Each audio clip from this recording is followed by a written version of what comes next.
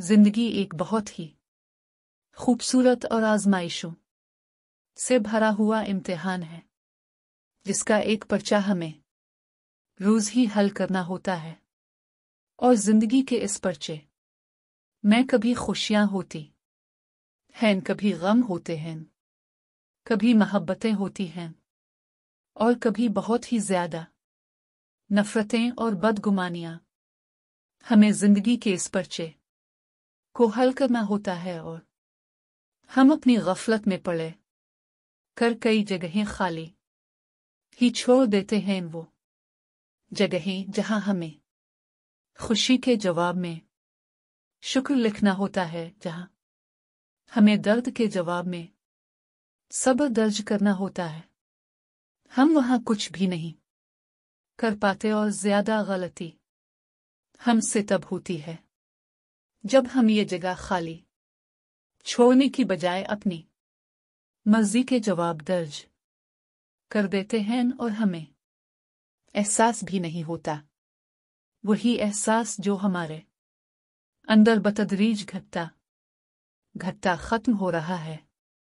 हमें रिश्ते तोड़ते हुए एहसास होना चाहिए, मगर वो हमारे पास होता ही नहीं। हमें किसी को दुख देते हुए एहसास होना चाहिए, किसी की खुशी का मान रखने की हिस्स होनी चाहिए, मगर वो तो हमारे पास नहीं होता। हम ही दामन दूसरों के दामन से भी अच्छी चीजें नोच लेते हैं और हमें इतना भी नहीं पता होता कि किसी दूसरे की नेमत हमारे दामन को नहीं भर सकती। हमारा दामन सिर्फ हमारे नसीब से ही भर सकता है, जिसे हम खुद ज़ाय कर देते हैं।